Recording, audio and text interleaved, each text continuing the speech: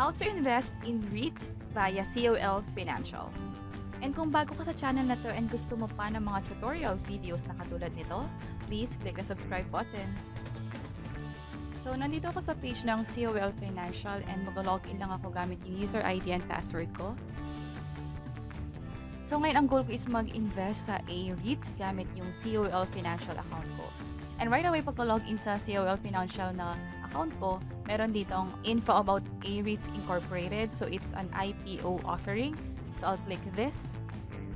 And right away, may nag-pop up about client consent and creation of NOCD sub-accounts. Well, dito sa REIT, listing rules kasi, required na mag-create ng NOCD or Name on Central Depository sub-account. So, pag nag-agree ka sa page na to, and nag-proceed ka sa pag-invest sa REIT company, mag-create si COL ng NOCD sub-account on your behalf. Again, required to kung bibili ka or mag-invest ka sa REIT company. You may read this further, pero in summary and the way I understand it, along with the process of creating NOCD account on your behalf, ipoprovide na din yung personal information about you sa PDTC o Philippine Depository and Trust Corporation. So, andito yung mga details kung ano yung ipoprovide about you. Kasama dyan yung full name mo, yung address mo, residency, citizenship, even yung tax code mo, or I think this is TIN number, email address, and US status mo ipoprovide sa PDTC. And also, kung hindi updated yung personal information mo, you need this to be updated sa COL account mo. And bale, si COL yung magiging account owner ng NOCD sub-account na yon. Sila rin yung mag-manage ng account mo. And may nakalagay din dito na there's no relationship between me, kung sino man yung client, and the PDTC. Ang middleman natin is si COL. That's why sila din yung treated as account owner ng NOCD sub-account. And by clicking this one, you understand that these authorizations are required to purchase, trade, or continue the holding of the REIT assets. So I'll click I agree and continue. And ito yung IPO announcement about a REIT or Ayala REIT. Again, REIT is Real Estate Investment Trust. Yung price niya currently is 27 per share.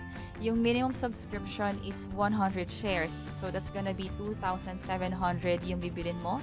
And in multiples of 100. So 100, 200, 300 yung dapat mong bilhin. Yung listing date will be on August 13. So yung AREIT, pwede na siya ma-buy and ma-sell starting August 13.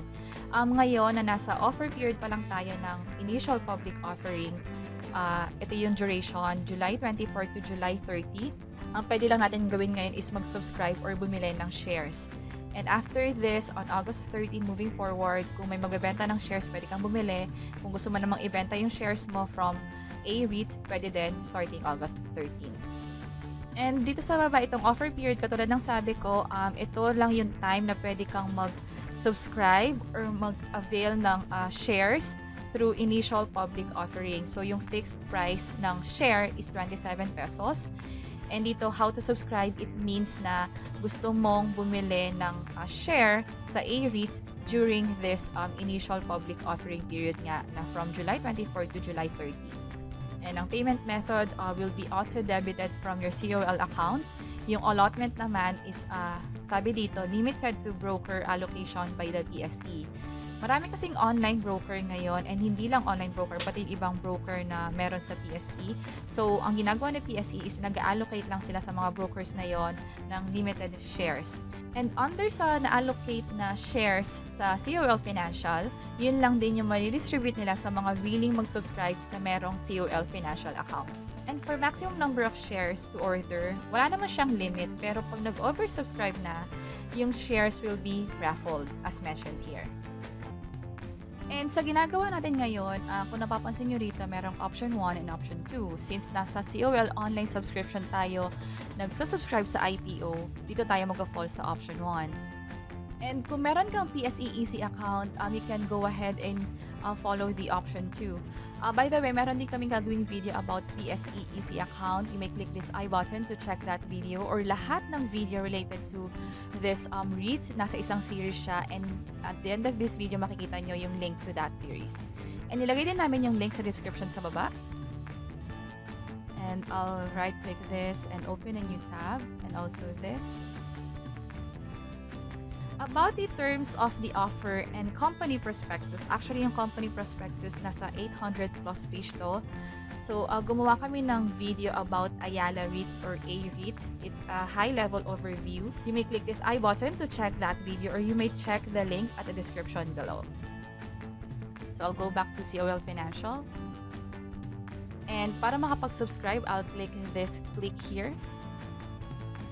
And warranty and eligibility to subscribe to the offering. So, subscription to the shares may be restricted by law and certain jurisdictions. And after reading and reviewing this, you can go ahead and click I or we confirm the representations and warranties above. So, ito ulit yung mga details. 27 pesos per share. Yung minimum subscription is 100 shares and thereafter multiples of 100 shares. So, yung offer period is ongoing July 24 to July 30. And mag-end siya ng 3:30 on July 30th. Although ang offer period sa AREIT runs from July 27 to July 31, dito sa COL, iba yung ginawa nila. July 24 pa lang, pwede ka na mag-subscribe or mag-avail ng shares. And ang deadline naman is mas maaga, which is on July 30.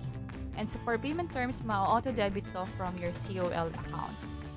So, dapat may balance or laman yung COL account mo. Sayang naman kung may ma-allocate amount sa'yo pero wala pa lang naman yung COL account mo. So, hindi mag-grant yung subscription na request mo dito sa AREIT.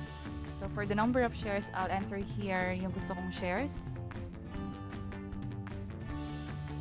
So, kung gusto ko ng 100, pwede din, that's the minimum. But if I want to go higher, dapat multiples of 100. So, that's gonna be 200 or 300.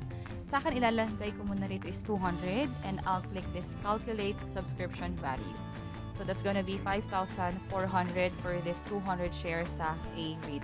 And may note dito sa baba na although naglagay ka ng shares dito, like 200 or 300, COL can still adjust the subscription based sa funds na meron ka sa COL account mo. And I'll click submit and print. So, instead of printing, I'll go ahead and save this. And it's up to you kung gusto mong i-print or i-save na lang sa computer mo. So, nakapag-subscribe na tayo sa AREIT and hopefully makapasok yung investment na to. May chance kasi na hindi mag-grant yung subscription pag nagkaroon ng oversubscription or mas madami yung gusto mag-subscribe compared sa allocated AREIT shares na meron sa COL Financial. So, after nito, dapat i-double check natin siya sa account natin. So, I'll go back to COL Financial account. And I'll go to trade and click portfolio. Ito siya. And click view IPO request status. And andito, sabi dito yung status ng pag-subscribe ko sa AREIT worth 200 shares is naka-received status na. And ano ibig sabihin ng receive na to? Dito sa bandang baba, ibig sabihin yung IPO request received through web. And since nasa receive status na tayo, hihintay na lang natin kung ano mangyayari moving forward. Either magiging processed siya hanggang sa maging final. It means na na-approve yung request natin for subscription ng 200 shares. Or kapag hindi siya na-approve, let's say maraming nag-i-invest and pinili lang or na-raffle lang yung allocation ng shares, ang magiging status niya is no allocation. Ibig sabihin, hindi mo nakuha yung gusto mong 200 shares from AREIT. And before I end this video, i-ensure nyo na yung balance nyo or yung fund nyo sa COL is enough to cover yung sinubscribe nyong amount. So, sa akin, nag-subscribe ako worth 5,400 and may actual balance pa ako dito na 11,000. So, pag ma-approve man yung subscription ko, i-deduct na lang siya dito automatically. Pero kung wala man tong balance, even if na-allocate ng maayos yung amount sa akin or yung share sa akin, hindi siya makikredit sa COL account ko or hindi siya mag-reflect sa portfolio ko kapag kulang yung laman ng balance ko. And also, idagdag ko na rin, let's say, nagbago yung isip nyo, gusto ko dagdagan yung shares or gusto kong bawasan yung shares. Pwede pa ba yun? Actually, pwede pa siyang gawin. Balik ako dito. Yung received status, may nakalagay dito sa bandang baba na another note. Yung only subscription with status na received, which is ito siya, during the offer period can be changed. Since nasa offer period pa rin tayo ni AREIT, meron pa akong option or may power pa ako na i-update yung request ko. Pero kung gusto mo talagang i-cancel totally as in tanggalin lahat ng subscription na ni-request mo, merong option din naman dito sa bandang taas. Pwede mong i-click ulit yung button na kinlik natin kanina, yung green button, and ilalagay mo lang yung 0 sa number of shares na field, and then click calculate subscription value and click submit and print.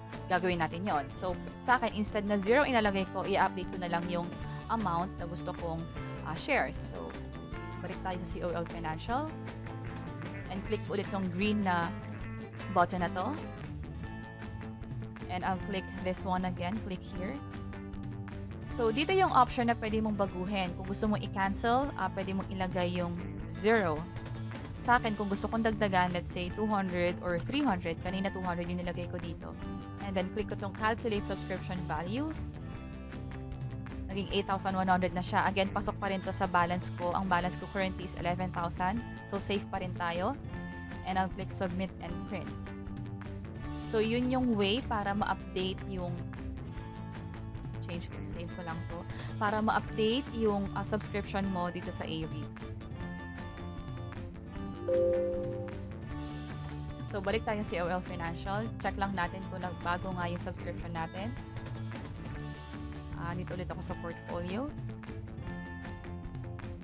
And view IPO request status tayo.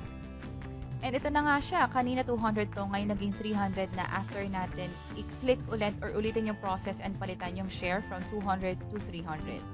So very quick lang, try natin na i-cancel naman siya. So I'll close this tab kasi marami na rin tab na naka-open. So balik tayo sa home. So, dito ulit, click natin yung AREIT na IPO. I'll click this one and click ko yung 0. Let's say, gusto ko siya i-cancel. So, I'll click submit and print. For now, hindi ko muna isi-save. I'll hit cancel. And balik ako sa COL Financial account ko. Sa trade, sa portfolio. And click IPO request. So, 0 na siya. Ibig sabihin, wala na akong subscription na request for AREIT na IPO. So, that's how you change and also cancel yung mga subscription na ginawa nyo for an IPO dito sa COL Financial. And that's it. Sana nakatulong tong video na to. Please let us know by clicking the like button. And you may also share this video, especially kung alam nyo pwede pa tong makatulong sa ibang tao. And ito yung next video about AREIT. Ginawa naman namin yung pag-subscribe sa AREIT through PPI Trade. So please check this video kung meron kayong PPI Trade account. And this is Lou from Invest Library. We invest, we share, you decide. See you on our next video. Bye-bye!